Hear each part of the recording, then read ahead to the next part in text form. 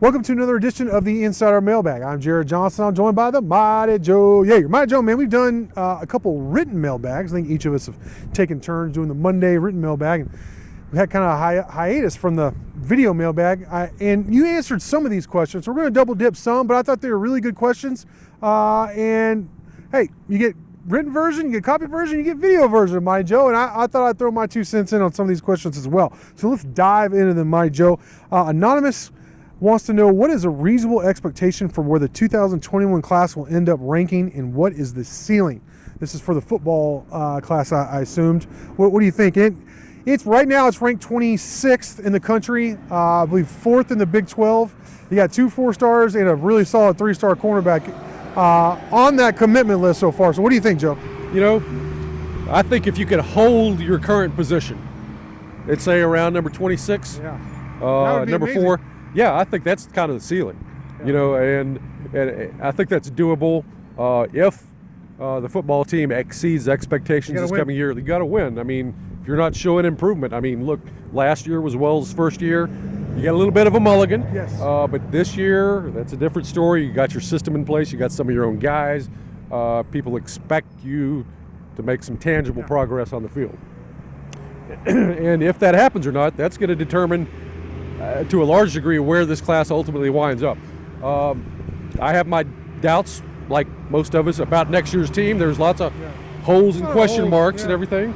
So I figure probably not a really big year on the field, and if that's the case, then I look at this class probably winding up somewhere in the mid to lower 30s, you know, something like 34, 39, something like that. Which I think would be great. Yeah, that'd be I think if they could do that, that would be great, based off what they've done.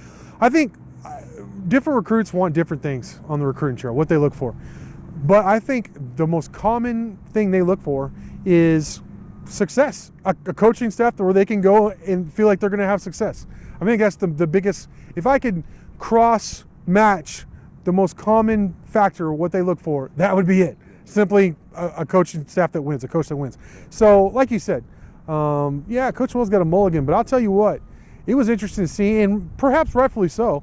And I think part of it was just that it's been so much struggles, but people are not as patient with Coach Wells as they were with Coach Kingsbury. Oh, no. I mean, it's not even close. And some of it is, I think, there was so little success during the 6 years of Cliff Kingsbury. So it's been so long since there's been success, it's kind of doubling down on it. But at the same time, he is not a guy who was a record-breaking great ambassador of the team and the school and all. You know, he didn't bring all those intangibles that Kingsbury brought to the table that allowed him to, I think, have perhaps more time than, say, a Coach Wells has right now. They're going to win this year, and they got to win for recruiting. And if you don't, it starts doubling. You know, it's a vicious cycle.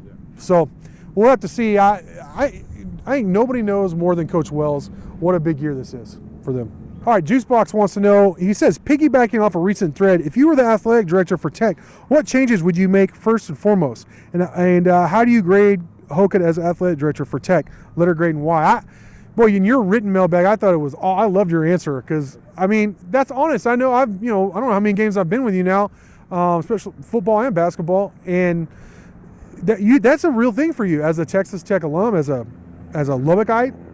The atmosphere is lacking for you. Yeah, you know, and it's not just me. I mean, you know, there's lots of people on the boards who are complaining about this too. Yeah. You look at the empty seats, and you can say, well, it's because they're not winning. Yeah, that's part of it. But the bottom line is the atmosphere at Texas Tech football games seems to be geared almost exclusively to the very young people. Now, I understand that they're wanting to grow the fan base, and they're counting on these people to be attendees at football games for decades to come. Yeah. I get that. But listen, it doesn't do any good to run everybody else off, you know, while you're doing this and be playing in front of 30,000 people. No. You know, so, I mean, I think there's got to be some sort of a middle ground where you do things that appeal to that younger base, but then also you don't alienate everybody else. You know, and it's a part of it is the music. Part of it is just the over commercialization. Yeah. You know, the gorilla crap that everybody's totally sick of. If they ever throw me a gorilla, I'm going to burn that thing, man. I believe you. I'll break out a lighter and fire it up right there. It's just ridiculous. So let me ask you something. It just occurred to me while you were talking, to speak to your point. I've been to other places, and like there was more tradition. I hate to say it, but like Kyle Field, like you feel like there's more of a tradition thing.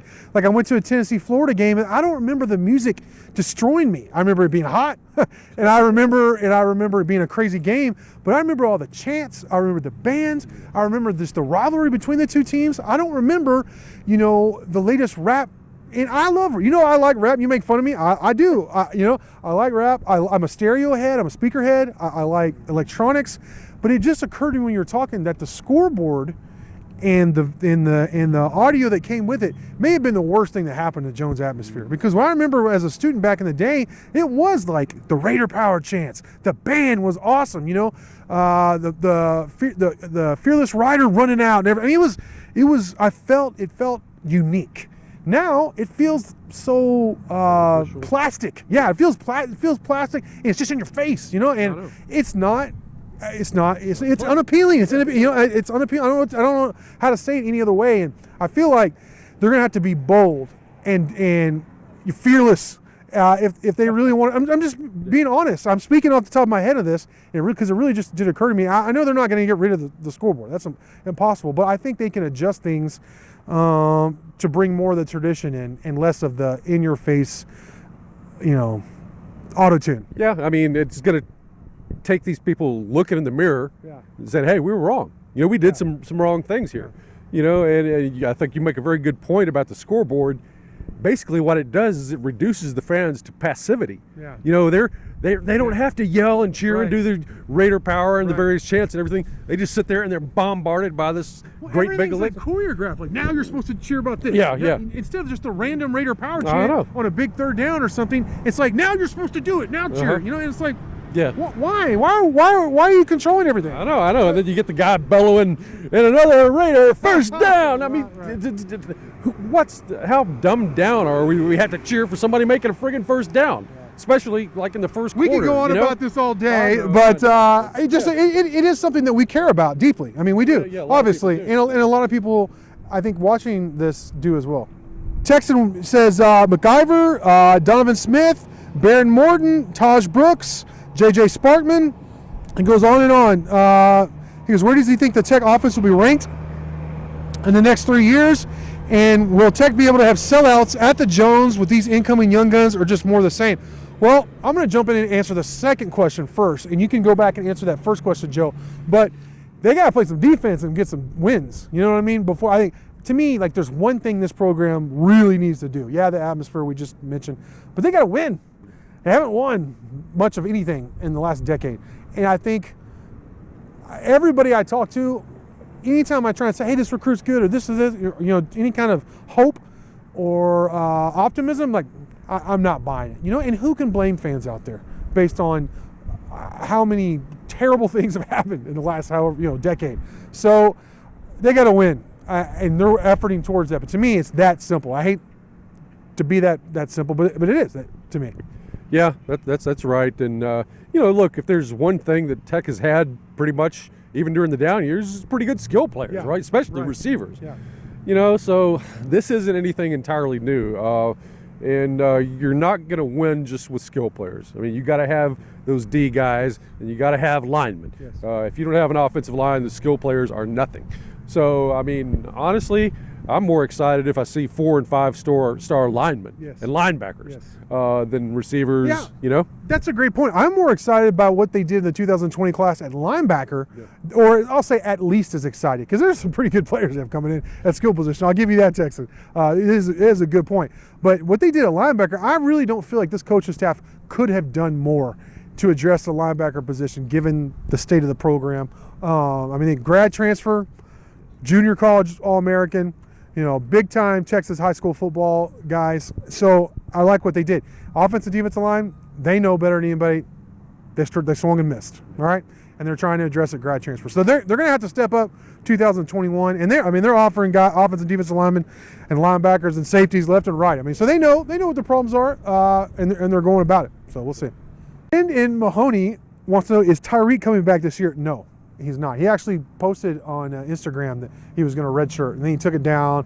But by that time, like, his mama weighed in, friends weighed in. He's redshirted, but I can't wait to see what he comes. It's gonna be like getting a new player, like like McCullough has been this year, getting a freshman guy come in. All right, I love this question, not just because this is one of my favorite posters, even though he does annoy me as well sometimes, as I tell him. Cabones wants to know who's the most important recruit this cycle in any sport. I think you and I probably have different answers, but what do you think, Joe? Yeah, I went with in the written version, Taj Brooks, running back, just because A, he's a very good prospect, and B, as we have seen, particularly just this past year, you really need 4 legitimate running backs to make it through an entire season, because the position takes such a pounding. Guys are going to get hurt, and 3 is not necessarily going to suffice. You need that 4th guy. And so right now, I mean, you got Henry, you got Thompson. Do they have Shine coming back?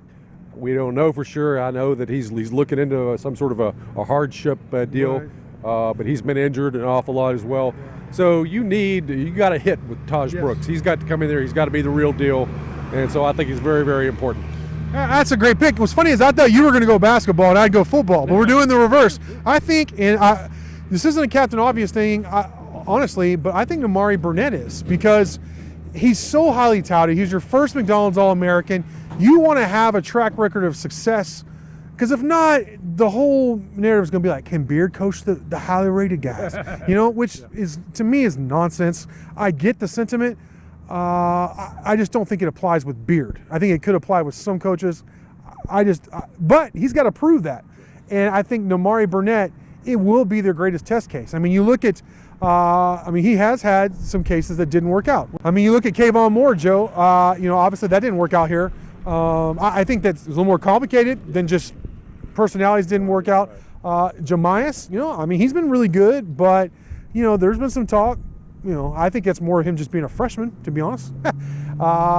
Beard's coming off coaching some of the best guys he's ever had, both on and off the court.